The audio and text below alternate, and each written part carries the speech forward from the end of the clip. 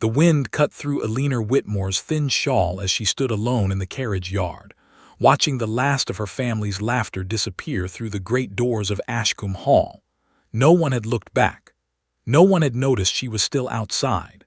The cobblestones were slick with frost, and the horses stamped and snorted in the cold night air while their breath rose in pale clouds. Alina pressed her hands together to stop them from shaking, though she could not tell if it was the cold or the sting of being forgotten that caused it. Inside, hundreds of candles would be blazing. Music would be spilling from the ballroom windows. Her mother, Margaret, had spent the entire carriage ride fussing over her sisters, Charlotte and Beatrice, straightening their gloves, praising their curls, reminding them which gentleman to smile at. Alina had simply been told to follow, and somewhere between the carriage door and the entrance, in the crush of footmen and lanterns, she had been left behind. Nobody had called her name.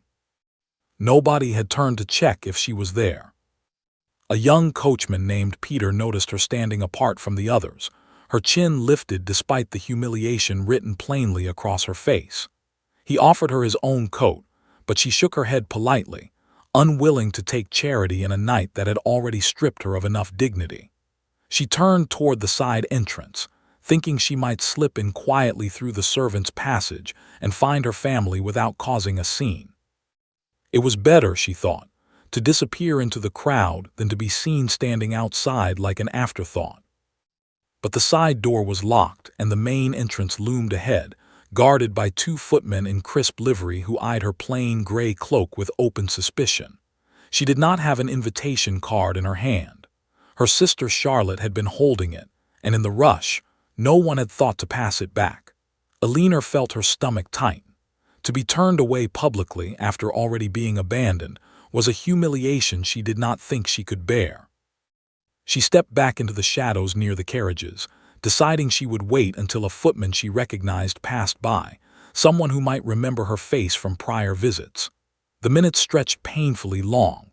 Laughter and violins drifted faintly through the cold air, mocking her with every note.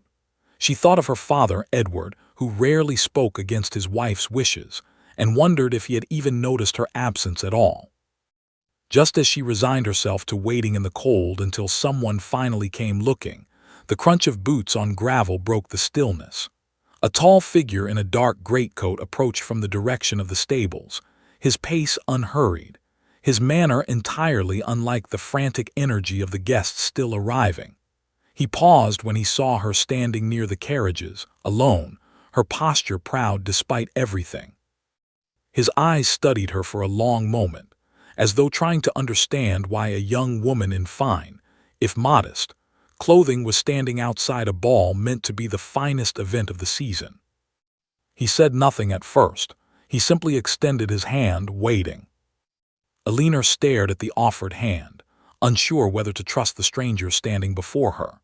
His coat bore no crest, yet something in his bearing suggested a man of great importance, someone used to command without ever needing to raise his voice. She hesitated only a moment before placing her gloved fingers in his, and he closed his hand gently around hers, as though he had done so 100 times before, though they had never met. "You should not be standing out here in the cold," he said simply, his voice calm and steady. "May I ask why you are alone?" Alina considered lying, offering some polite excuse about waiting for a relative, but something about his direct gaze made pretense feel foolish. She told him plainly that her family had gone ahead without her, that her invitation card had been lost among her sister's belongings, and that the footman at the door would not let her pass without it. She expected pity or worse, dismissal. Instead, the stranger's expression hardened, not toward her, but toward the situation itself. "Then we shall remedy that immediately," he said. He offered his arm, and though every instinct told her this was improper, she took it, feeling the warmth of his sleeve beneath her cold fingers.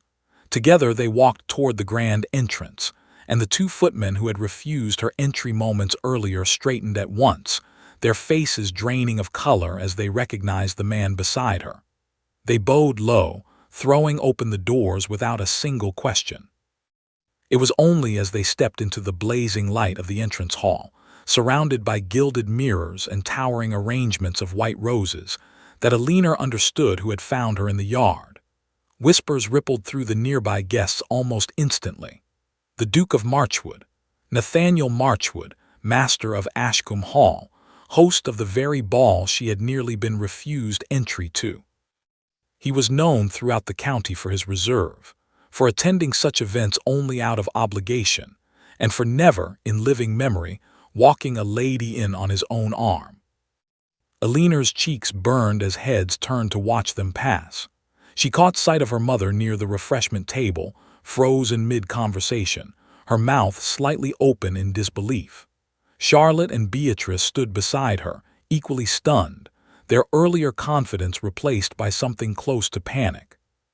The Duke, seemingly unaware or unconcerned with the stir he was causing, guided Alina further into the hall, past clusters of astonished guests, until they reached a quieter alcove near the base of the grand staircase. There, he finally released her arm and turned to face her fully. "You handled that indignity with far more grace than most would have," he said. "I imagine it was not the first time your family has overlooked you." Alina did not answer immediately, unsure how much of her private pain she wished to reveal to a stranger, even one who had just rescued her from public humiliation. But something in his steady gaze made her feel, for the first time that evening, that she was being truly seen. "It will not be the last time either," she admitted quietly, "but I have learned not to let it break me."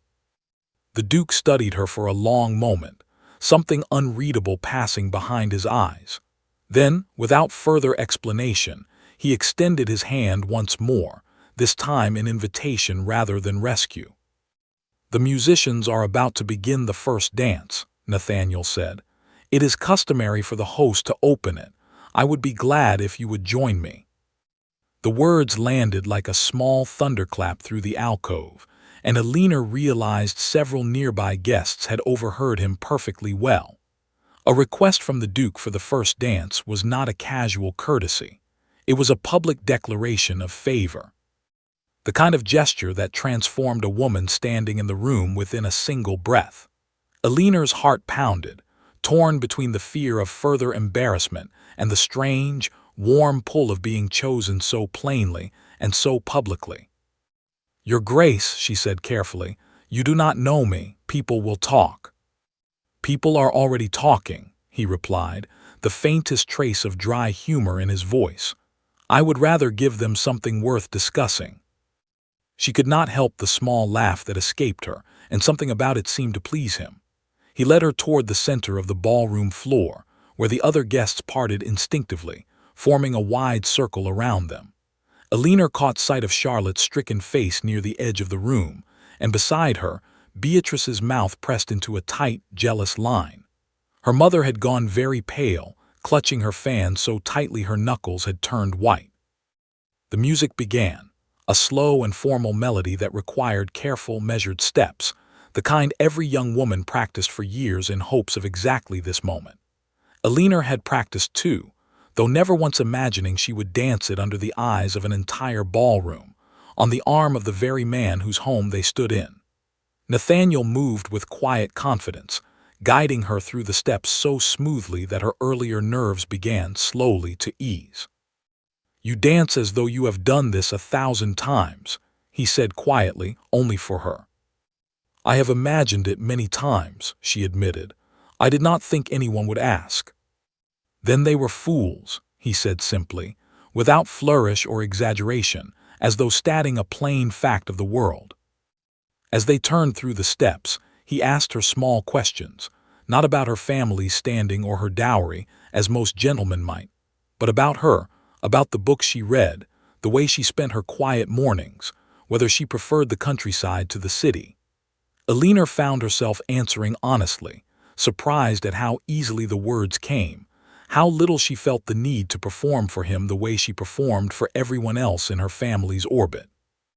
Around them, the room buzzed with hushed conversation.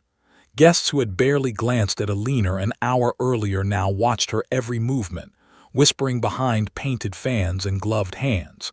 She could feel the weight of their attention, but for the first time in her life, it did not feel like scrutiny. It felt, strangely, like recognition. When the dance ended, Nathaniel did not release her hand immediately. Instead, he bowed over it with the same unhurried grace he had shown all evening, and the entire room seemed to hold its breath, waiting to see what he would do next. Margaret Whitmore did not wait long to act. The moment the music paused and the crowd began to loosen back into its usual clusters, she swept across the floor with a smile so bright it looked almost painful, dragging Charlotte and Beatrice along behind her like reluctant ornaments. "Your Grace," Margaret said, dipping into a deep, exaggerated curtsy, "what an honor it is to see you take such kind notice of my daughter. Eleanor has always been the quiet one, so devoted, so easily overlooked in a crowd." Eleanor felt her stomach twist at the casual cruelty hidden inside her mother's flattering words, spoken as though forgetting her outside in the cold had been some small, forgivable oversight rather than a deliberate carelessness repeated many times before. Nathaniel's expression did not change, but Eleanor noticed the slight coolness that entered his eyes as he studied her mother. "I found your daughter standing alone among the carriages," he said evenly. "I confess I did not realize families made such a habit of misplacing their own." Margaret's smile faltered for the briefest moment before she recovered, quickly changing course.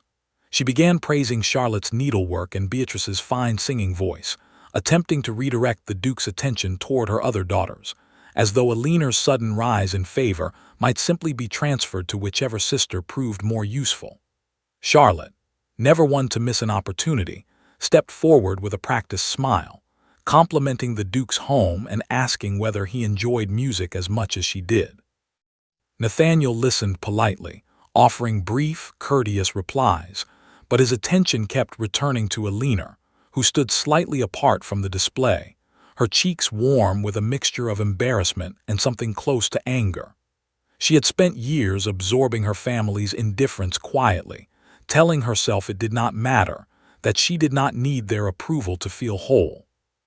Watching them now, scrambling for the Duke's favor after leaving her outside in the cold without a second thought, she felt something inside her harden with quiet resolve. "Mother," Eleanor said, her voice steady despite the trembling she felt beneath her ribs, "I believe His Grace was speaking with me." The words were simple, but they landed with unexpected weight. Margaret's mouth opened, then closed again, clearly unprepared for her daughter to speak against her in public. Nathaniel, for his part, offered Eleanor a small, approving nod, as though she had passed some private test he had been quietly observing. "Your daughter is right," he said smoothly. "If you will excuse us, I promised her a tour of the East Gallery before supper is served." He offered his arm once more, and Eleanor took it without hesitation, feeling a strange lightness in her chest as she walked away from her mother's stunned expression and her sister's obvious jealousy. For years she had shrunk herself to keep the peace, swallowing her own worth to avoid causing friction. Tonight, for the first time, she had chosen herself instead. As they walked toward the gallery, Nathaniel glanced sideways at her, his expression thoughtful. "Your family will not be pleased with tonight," he said. "No," Eleanor agreed, "but I find I no longer mind." In the days that followed the ball, all of Hensbrook talked of little else. Word spread quickly through the county that the reclusive Duke of Marchwood had personally escorted an overlooked young woman into his own ballroom and opened the dance with her before the eyes of every notable family in the region. Some whispered it was scandal. Others called it the most romantic thing anyone had witnessed in years. Eleanor cared little for either opinion. What mattered was the letter that arrived at the Whitmore household 3 mornings later, addressed formally to her, requesting permission to call upon her that afternoon. Margaret nearly fainted with excitement when she saw the Duke's seal upon the envelope, already imagining the advantages such a connection might bring to the family's standing. But when Nathaniel arrived, dressed simply and without the grandeur of the ball, he made his intentions clear from the very first moment. He had not come to charm the family. He had come to see Alina. They walked together through the modest garden behind the Whitmore home, away from Margaret's hovering presence and Charlotte's poorly disguised curiosity peeking from behind the curtains. Nathaniel spoke plainly, telling Alina that he had spent years attending balls out of obligation, surrounded by young women eager only for his title, and that the moment he saw her standing alone in the cold, refusing to let humiliation break her posture, he had recognized something rare, a quiet strength most people never bothered to notice. "I do not offer you rescue," he said carefully. "You did not need rescuing. I only offered you the door that should have been open to you all along." Alina felt tears prick unexpectedly at her eyes, not from sadness, but from the strange relief of being understood so completely by someone who had known her only a matter of days. She confessed to him then the years of quiet neglect, the countless small moments where she had been overlooked in favor of her sisters, and how she had built a private world of resilience simply to survive it. Nathaniel listened without interruption, and when she finished, he took her hand gently in his. "Then let us build a new world instead," he said, "one where you are never left standing in the cold again." Over the following months, Nathaniel called upon Alina regularly, their courtship conducted with the same quiet steadiness he had shown from their very first meeting. Margaret attempted, more than once, to insert herself into the arrangement, but Alina, emboldened by her newfound sense of worth, set firm boundaries with a calm confidence her family had never seen in her before. By the time their engagement was formally announced the following spring, Alina Whitmore was no longer known as the forgotten daughter of a struggling family. She was known as a woman who had walked through humiliation with quiet dignity and emerged, on the other side, fully seen. And though the Duke's love had opened the door that night, it was Alina herself who had chosen, at last, to walk through it standing tall.